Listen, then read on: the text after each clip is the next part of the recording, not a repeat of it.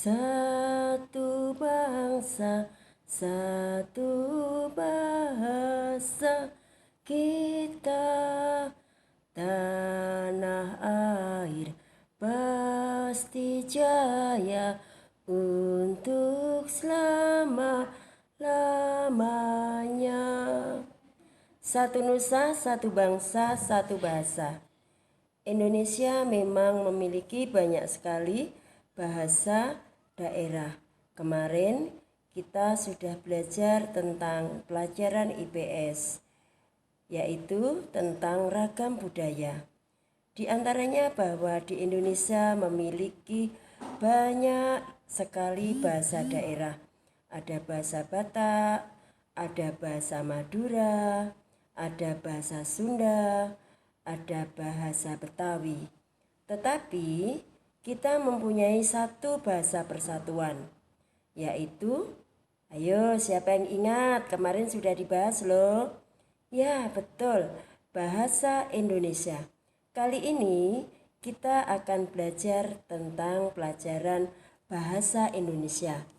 Dalam kesempatan ini kita akan belajar tentang gagasan pokok dan gagasan pendukung.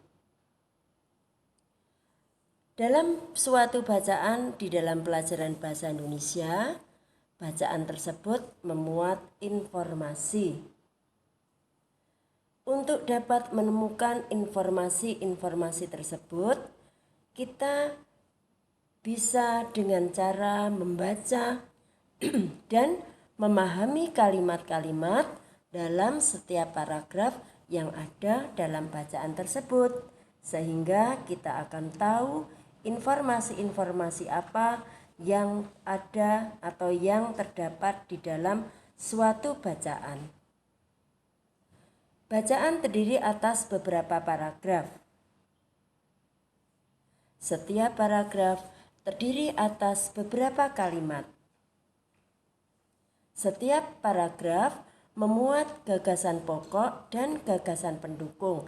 Nah, disinilah kita akan membahas nanti tentang gagasan pokok dan gagasan pendukung secara khusus. Gagasan pokok disebut juga gagasan utama atau ide pokok. Gagasan pokok adalah ide utama yang dibahas atau diungkapkan dalam suatu bacaan dan dapat berupa kalimat inti ataupun berupa pokok paragraf. Gagasan pokok dapat terletak di awal, di akhir, di awal dan di akhir paragraf, ataupun menyebar di seluruh paragraf.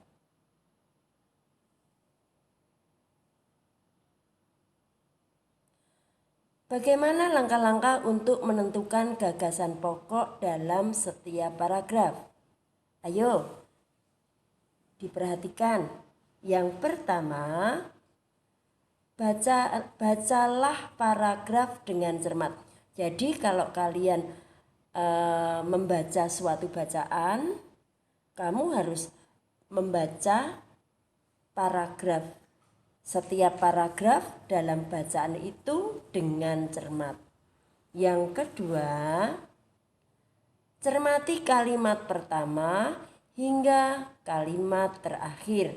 Jadi dalam satu paragraf itu kan terdiri dari beberapa kalimat. Kalian cermati kalimat pertama, kalimat kedua, kalimat ketiga, dan seterusnya. Sampai dalam satu paragraf itu selesai kalian baca. Yang ketiga, ingat bahwa gagasan pokok itu sebagai isi atau inti paragraf dapat terletak di mana tadi? Di awal, iya.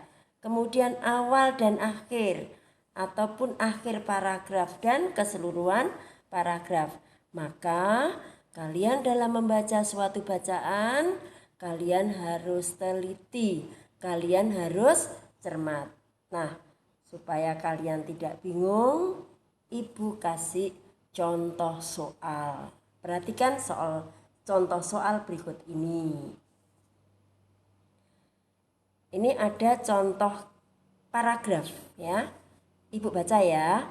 Keberagaman budaya antar daerah semakin memperkaya kebudayaan Indonesia. Itu kalimat pertama dalam paragraf. Kalimat kedua dalam paragraf, kondisi tersebut tercerminkan dalam Karnaval Gebyar Nusantara 2018. Titik. Kalimat ketiga, karnaval tersebut diselenggarakan oleh Kementerian Seni Budaya, Badan Eksekutif Maha Peserta Didik dan Keluarga Maha Peserta Didik atau BEM sampai KM.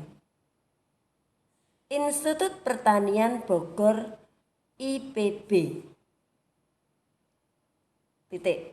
Yang keempat, karnaval yang mengusung tema Anggana Raras Nusantara, yang berarti Nusantara yang cantik, diselenggarakan pada Minggu 9 September 2018. Nah, itu sebuah paragraf yang terdiri dari 4 kalimat. Nah, di sini kita akan melihat ya.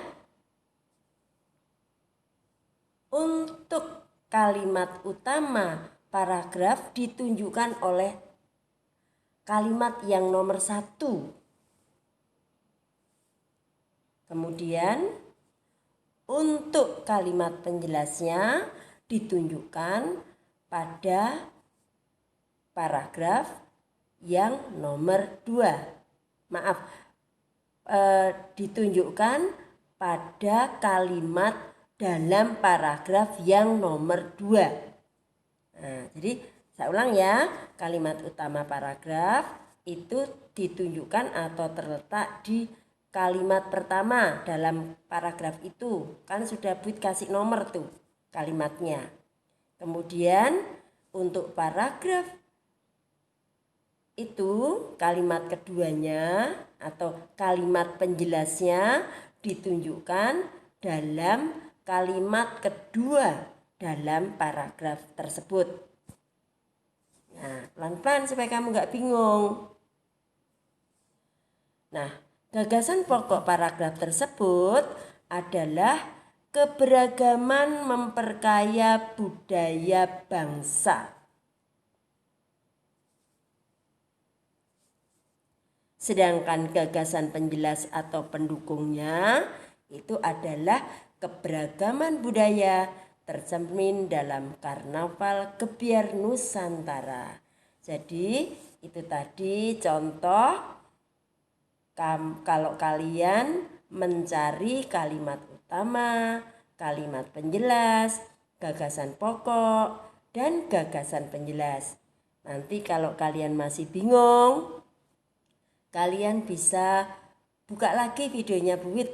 Nah, diulang-ulang, paragrafnya dibaca. Kemudian, oh kalimat pertama ini yang disebut kalimat utama. Kalimat yang kedua ini yang disebut kalimat penjelas. Karena kalimat kedua ini menjelaskan kalimat yang pertama. Sedangkan gagasan pokoknya keberagaman memperkaya budaya bangsa. Dan gagasan penjelasnya juga keberagaman budaya tercermin dalam Karnaval Gebyar Nusantara. Nah, kira-kira kalian sudah mengerti atau masih bingung? Nah, kalau kalian belum mengerti, sekali lagi nanti dibuka videonya, dicermati, dilihat, dipahami. Lalu kalian lihat contoh soalnya. Kemudian nanti kalian bisa mengerjakan soal dari Bu Wit. Selamat mengerjakan. Tuhan memberkati. Tetap sehat dan tetap semangat. Terima kasih.